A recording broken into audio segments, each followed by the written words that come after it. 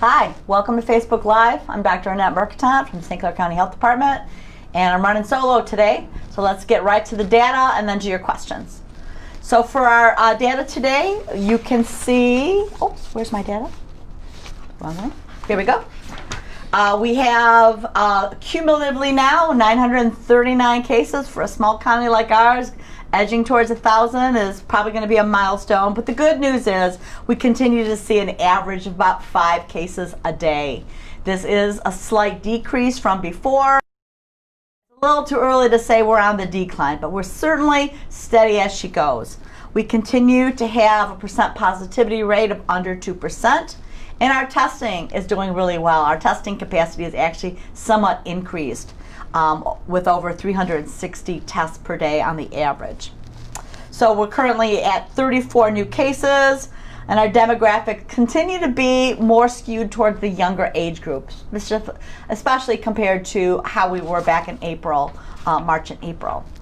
So for the COVID graph, we do have what you see, the second, I guess we're going to call it the second wave. We had the first wave, we came down for a good 6 weeks, and we come back up, and now we're kind of hovering. We haven't come all the way back down to where we were before. So we've kind of come back and we're staying stable at that rate. But you can see on that graph that this peak, if you will, is much wider than the first one. It seems like wherever we're at now, we're staying there a little bit longer, where before we went up and went down, came right back down. That makes sense because remember what happened last time is we all had stay-at-home orders and we all sheltered in place and boom, boom, boom. This time, this is a really good news, I think, because this time as we continue to work towards working and going to school, the cases continue to be somewhat stable. And then the graph that we show every week about the amount of tests, you can see our testing is up as our percent positivity remains stable. Good news. And finally, our dashboard where you can get all the day-to-day changes. We'll talk a little bit about some of the concerns you guys had with the numbers as we go through your questions. So should I start with the questions that we have gotten from earlier, or do you want to go to a live question? Let's do the first question on the feed real Okay. quick. Is there a place we can complain about stores that are not COVID precaution compliant? Sure. So first of all, you can send your complaints into the COVID-19 hotline. COVID-19, you guys got to help me with all these numbers. COVID-19 at stclaircounty.org. You can also call the health department or the COVID hotline. So health department is 810-987-5300. The COVID hotline number, help me.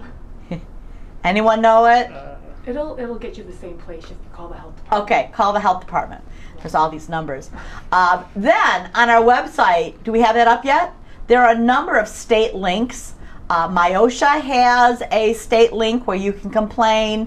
MDARD now has one for restaurants, especially retail restaurants. We take care of the,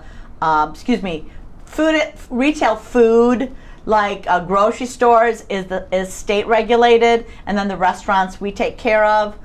Businesses have a Myosha hotline where you can complain. And I apologize, I know all the numbers, but look on our website. We have a list of all the different places you can complain to. You can always start with us. We'll guide you through it. Many times what we'll do with the first time a complaint is we'll pick up the phone and we'll talk to people. And I think that makes the most difference. I'm finding that most people are trying to comply. They're just having a hard time with certain parts of their business. And by talking, I think it re-emphasizes and reinforces their compliance. We'd rather, you can catch more flies with honey than you can with vinegar. So we always try that first. Okay. We had a question that came through just a little bit ago, and it asked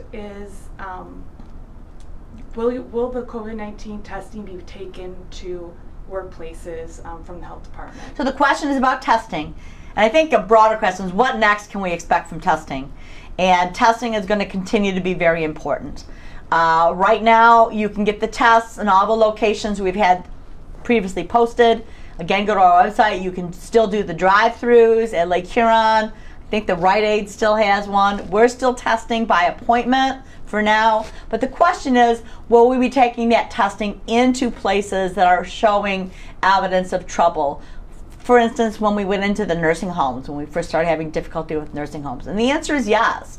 We will do everything we can to go to hot spots to provide as much comprehensive testing as possible. It's not exactly push the trigger and we're there. The system is not well greased, but that is our intention.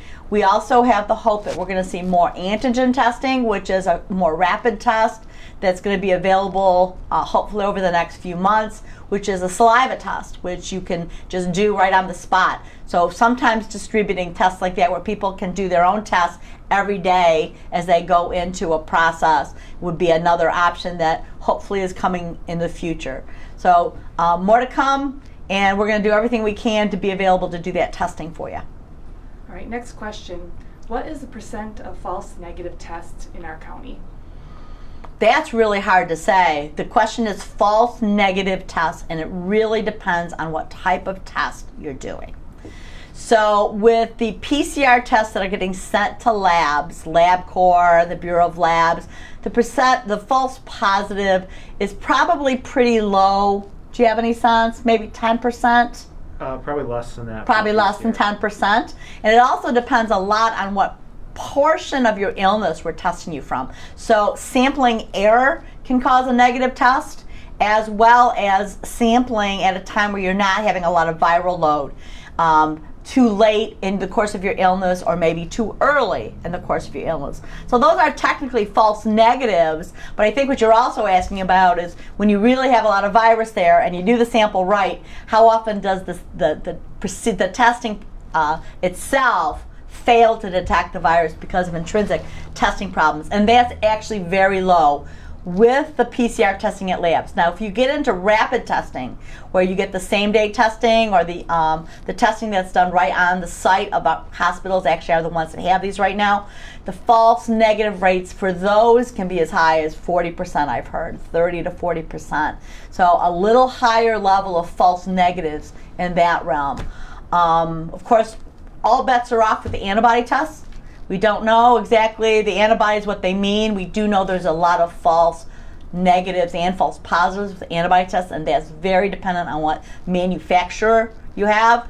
And finally, I talked about antigen tests that are going to be starting to come out. Antigen tests do have a higher false negative rate, but because they're cheaper and easier to do, we figure if we can do more people more often, it balances out a little bit in the wash. So good question. There is no test that's 100% accurate. And do remember that. Every test we do for any medical condition has false positives and false negatives, which means we got to use our heads. Are you sick? Have you been exposed? You can't base everything you do on a test. It's a tool, but you have to pair that tool with other things. All right, next question. Is the health department going to respond to FOIA requests for info on COVID in schools? The question is, will we respond to FOIA requests? Of course we will. We're legally responsible. Now, the governor did extend our ability, the time frame. Did that expire? During the heat of all this, she gave everybody a little more time to respond to FOIAs, but we do have a FOIA response system in place. It is handled by administration, county administration, but absolutely FOIA requests are responded to, and it's for really anything, not just school-related COVID things. All right. Next question. By the way, I will say that I hope you don't have to FOIA us for that, because our intention is to be transparent with that, and you should be able to get the information you need and want without FOIAing us, hopefully. Okay. All right. Next question. Next question. Is contact tracing more in terms of exposure to contracting the virus going better? If so, have you been able to identify most common points of exposure, and can you share that? Okay, so contact tracing is going better. I would say we are getting more people responding. We have added workforce now to that. We have a system in place where the state is helping us out. And the idea, of course, is to contact people who have been exposed to a known case. So I would say overall it's going better. I think the last time we looked, it was about, did you say it was about 13% of the cases that? We dropped recently from 13% to about 4%. Okay, there you go. So as we keep track of the number of cases where we can't identify any contacts, Yep. We've gone from 13% down to 4%. Now, some of that might be better data response on our half. I mean, we pull this data after the fact. But I do think things are going better. And thank you to all of you for picking up the phone and doing that for us. Appreciate it. All right. It helps a lot. Does the amount of virus you come in contact with determine how sick you get? Viral load. Viral load. How much can you correlate the severity of illness with how much virus you are exposed to? No, but I'm not sure. I have heard this discussed by some experts. I don't think we know for sure at this time. I think it's a little more complex than that, but there is a component of that in many viral illnesses. So it wouldn't surprise me if there's a component of that with this one. Another great example of why masks help, because even if it if it doesn't eliminate your exposure to the virus, it could reduce your viral load by a considerable amount. But we really don't have the absolute answer to that. Good question. All right. Did the governor open up high school sports today? Did the governor? You know what? I'm just reading this myself. It came out like 10 minutes before I sat down here. It does appear that she opened up gyms and pools and to some degree competitive sports, but I have to read through it a little more carefully because it also appears that she's continuing restrictions on contact sports. So more to come. We'll read up on it and we'll try and get that out on Facebook and get everybody a little bit more information. But it does look like some important announcements came out of the governor's office today. All right, we take the first question on the sheet. First question on my sheet comes from a CDC report that's been in the news that only 6% of deaths are actually from COVID. And that is a skewing of what the CDC actually said.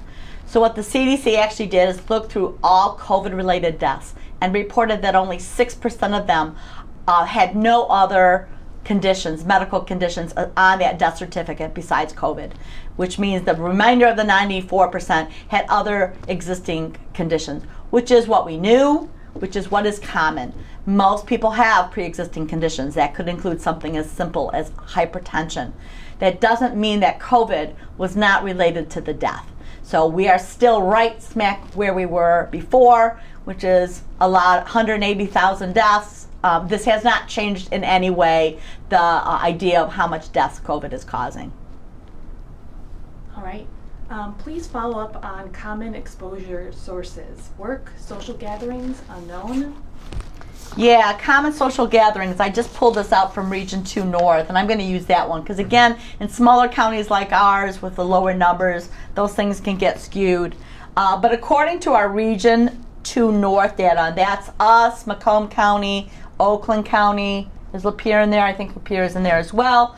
25% were healthcare workers, 44% work in high-risk congregate facilities, and the remainder are others. Okay, so what you can look at is 39% travel to other states, and some of these can be both, by the way. Okay, sometimes we do this investigation and we can put these epidemiological factors on the same person because they've done a little bit of both, and we don't always have the ability to know exactly which one of these behaviors or exposures caused the infection. But it is interesting that travel continues to be a factor, about 40%, 38% to other states, and about 2% to non-US countries. So travel continues to be a concern as well. I bet you're asking about breakdown about individual things like parties, restaurants. Do we have that information available? It is, our numbers are probably too small, but we were pretty close to the region as far as about 25% of our I don't cases, have that. About 25% of our cases are from our healthcare workers or from healthcare contacts. That's what I just went through. I'm talking about, I think people want to know for those outbreak settings, whether or not they're related to, it's the outbreak table on the state website. So if you go to the government COVID website and look at outbreaks, you can find a table for Region 2 North, which is us, and you can see it broken down as far as how many outbreaks are associated with restaurants, how many outbreaks are associated with high school parties. I forget the breakdown, but we have that. And I'll tell you what, next week I'll have that in front of me and we'll go through it together. But you can see all the regions in the state and where these outbreaks are occurring. So good question. I'll get that out in front next time. But you can find it on the state's website, which, by the way, they're also going to be reporting on schools. So it won't just be us. You'll have the ability to go on the state website, and when we have an outbreak at a school, they're going to be reporting it, I believe, by school district, but it may even be by school building. And we'll walk through that together as the school year starts next week. All right, next question. Mm-hmm. Do you know why the cases, the cases and deaths differ so much between Mighican.gov and the CDC website? Why do cases numbers differ so much between the CDC website and Mighican.gov and us, I might even say, because the delays in reporting. It's primarily, I think that's the primary reason, right? That is I the mean, primary reason. eventually the numbers all catch up, but I've said this before, your most real-time numbers are right here, because we are the ones, the health department, that receives the positive cases directly from the various labs. We do the investigation, and then we go into the system, the surveillance system, and change cases, apply them if they're not really a case. We remove them, or we send them over to a different county if they belong in. So we do all that work. So our numbers, I believe, are the most real time. Then that information is, the state does it. The state is about, would you say a week? 3 to 4 days. 3 to 4 days behind us. And then, of course, then they send it on to the CDC, who then posts it on their website. So in the end, everything gets caught up. But if you're really going from day to day, you're always going to notice some differences. And I'm saying this again, we've said this before, because this is an event that's happening right now. Most of the time when you look at medical data, you're looking at it after the fact, and it's all been kind of sliced and diced and cleaned up, and then we present it to the community in a published paper, say this is it. This is very different because you're getting real-time data. It's flowing as we go. So you're going to notice those discrepancies. All right, next question. Can people showing no symptoms still spread COVID-19? So no symptoms, we call it asymptomatic, which confuses people. Okay, asymptomatic means none, so no symptoms. We know that COVID causes a fair amount of asymptomatic infection, meaning you have the infection in your body, the virus is replicating, you are shedding it. We do know that it gets shed even in people who don't feel sick, and you don't feel sick. Now, it's not clear exactly what the percentage of that might be, and it probably changes in the population. So a younger, healthier population seems to have more of this, more asymptomatic infection. But there's also some concern that we're catching some of this, not so much that the person never has symptoms, but we're catching it just before they get symptomatic. It's called pre-symptomatic. So it gets a little murky in the literature, but there is no question it exists, and it's very significant with COVID. It's very significant with this virus. If we knew all we had to do is watch for symptoms, we would be able to catch this virus when people got sick. But because so many people have this virus and don't get sick, this is where the problem gets into. You can spread it and not know it. And this is why being so careful, if you've had an exposure, if you've traveled, if you've been in a place where you think you could have got the virus, just because you don't feel sick doesn't mean you are off the hook with spreading this. So if you are in fact living with vulnerable people, other people in your household have other medical conditions or are elderly, you really need to be careful not to get infected, not get exposed yourself. Okay? Did I answer that question appropriately? I think that was what they asked. Now might be a good time to address the vitamin D question. Vitamin D. Somebody asked last week about, is vitamin D something you can take to avoid infection? And I did research that the best I could. There's a few articles discussing vitamin D supplementation, and avoiding or improving your possibility of getting COVID infection. There has been no studies on it that I can see. There's been no double-blind, placebo-controlled studies, which is the only way we really know whether something has a direct therapeutic effect. There's all kinds of variables that can affect outcomes like that. So it's been discussed in the literature, more to come. You know, if you want to take a multivitamin, there's no harm to it. We know that things like vitamin deficiencies, zinc, all of these things have been implicated in improved immune response. It certainly doesn't hurt to take a multivitamin. What I wouldn't do is go out and take mega doses of any one thing thinking it's going to help you. Just be reasonable. Moderation is always a good idea. All right, next question. Next question. Is hydroxychloroquine safe to use on someone who's infected with COVID? The verdict's out. It's not clear. We do know that there were several studies that were going on. There's actually been hundreds of studies on hydroxychloroquine and hydroxychloroquine plus azithromycin. But some of the studies that were actually being conducted to really see if they had an infection were actually stopped because there was, number one, no improvement in mortality with hydroxychloroquine alone. And number two, when you added azithromycin to the mortality rate actually went the wrong way, went higher. So those studies were actually pulled back. You know, with anything, if we identify more harm than good, you don't let people keep doing it. And now you're only supposed to be using hydroxychloroquine if you're part of a study that's, you know, clinically approved to kind of monitor all this. I can say that it's possible hydroxychloroquine has an antiviral effect. There's lots of what we call in vitro evidence of this. This means in mice and hamsters, but in humans it's just not so clear. We do know that hydroxychloroquine can cause some cardiac problems and other medical side effects that aren't nothing. So be careful if you're using it. If you have other medical conditions, talk to your healthcare provider about it carefully, and you're better off just not getting the infection in the first place. But hopefully we'll learn more about that as time goes by. Well, third question. Third question. I'm a parent. If a fellow student in my child's classroom tests positive for coronavirus and my child is exposed, does the whole family have to quarantine at home as well? This gets into the whole issue of what happens if a student gets sick. So if your child is the one who's COVID positive, then that family is probably going to get quarantined, okay? Your family, because household members are clearly a direct exposure. However, if your child was exposed to a case in the classroom, and we consider exposure closer than 6 feet, for more than 15 minutes. So a lot of this goes back to the school's policies of physical separation, etc.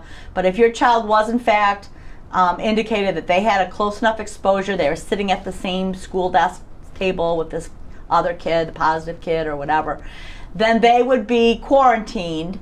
But an exposure to an exposure isn't quarantined. So your child, being an exposed individual, would be asked to stay home for those 14 days and monitor themselves for illness. But you, as a parent, wouldn't be, because as a family member, you weren't actually directly exposed to the positive case.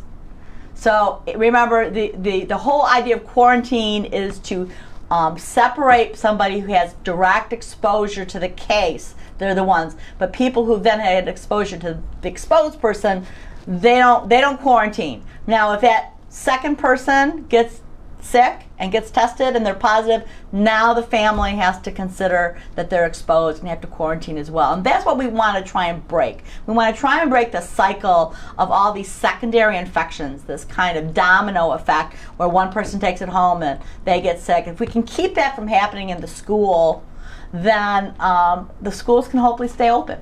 Right? We're not going to close a school because one kid had a positive case or one staff member had a positive case. But if we notice that the cases are all related to each other, it's called epidemiologically linked.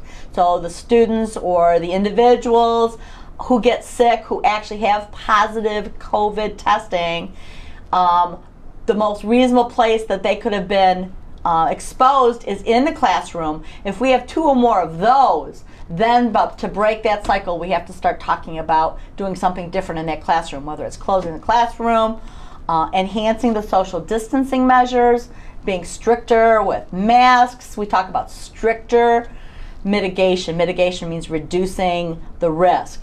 So those things all depend on what the school's already doing and then what those cases look like. It's not going to be a cookie cutter response, but I can tell you it's not going to be based on one case. Okay? Does that help? That does I hope it help. helps. Let's cover questions for, we had a lot of questions on social media about that on the sheet. Okay, so why are people, next question is, why are people pulled off the recovered list and then put back into the active category in the daily updates? So number 1, thanks for looking at our daily updates. Number 2, don't get so wrapped up in the numbers. We want to think about the bigger picture. But the reason why people get removed from active lists is because they have reached that milestone of recovery, which we use, and CDC recommends this, as does the state. We use clinical recovery guidelines. They have made it past 10 days from the onset of their illness or from the date of their test. They're feeling better and their fevers are gone. So if you reach that milestone, our staff will take you out of the active case. Now, if you go back and get retested and it's positive, we have no choice but to put you back into the active case list. That does not mean that you are reinfectious. What we do know about COVID is some of the COVID testing, the PCR testing in particular, that detects the DNA, can remain positive in some individuals for a very long time, months in fact. And we also know that that doesn't mean the person is still infectious or sick. If you are clinically improved, that is all you need to safely say, I'm no longer contagious to other people. And we are not recommending repeat testing. And I know some employers are recommending that, etc. We don't recommend it. Call us up and we'll send your employer a letter. It was a recommendation for a while, before we knew more, that in order to go back to, especially if you're a healthcare provider, you needed 2 negative tests, 24 hours apart. But we know now that that causes more problems than it solves. And 99.8% of somebody who's fit that clinical recovery guidelines is no longer contagious. So that's really all we have to do. So save yourself a lot of trouble and don't get retested, okay? That's my recommendation. That's probably the most important thing I'm going to say today. All right, this will be the last question. I think this is in response to the question if a child gets tested positive in the classroom. The question is, so you will be testing who are all in that class then? So the question is, if you have a positive case in the classroom, and are we going to then go into the classroom and test everyone? No, I don't think that's currently our plan. Things change, and I'm not saying it would never happen, but that's certainly not the plan. And actually, the CDC and the state have advised against that. What we're going to do is monitor the kids that are left. Those that have had close exposure, we're going to ask them to go home for 14 days so that they don't get sick. But those that have a less risk, we're going to allow them to stay in the classrooms and continue their in-classroom learning. We're going to ask anybody who's sick to get tested right away. And I'm talking a scratchy throat, snuffly nose. We know that the the fall season, kids are constantly getting sick, and I'm telling you, it's impossible to tell the difference between a mild goopy nose and a typical viral kind of upper respiratory infection from COVID, especially in kids. So please, if your kid's getting sick, keep them home, get a test.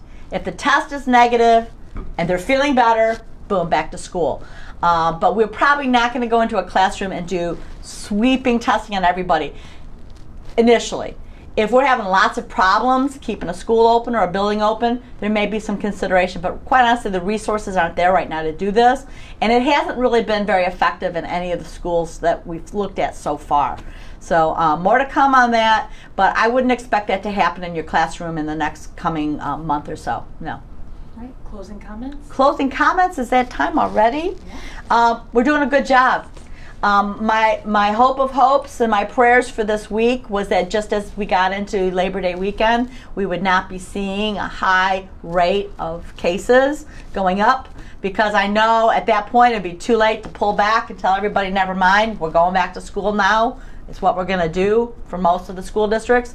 But we're not. We're seeing a nice, steady transmission rate, which means if we continue to do the right thing, and everybody kind of keeps their head low and doesn't do a lot of crazy stuff like go to big parties and get together, just kind of stay with your little bubble, stay with your little social bubble, I think our kids are going to be able to get to school and for the most part stay in school. Don't expect a little stop. Don't be surprised, if you see a little stopping starting.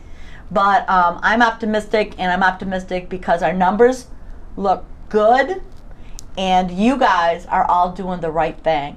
And I want to thank you all for that. This is all about what we do as a community, and so far we've got a lot to be grateful for. I didn't mention that the hospitals continue to do very well as well, the hospital admissions. So we're in good shape, St. Clair County. Let's keep up the good work. See you next week.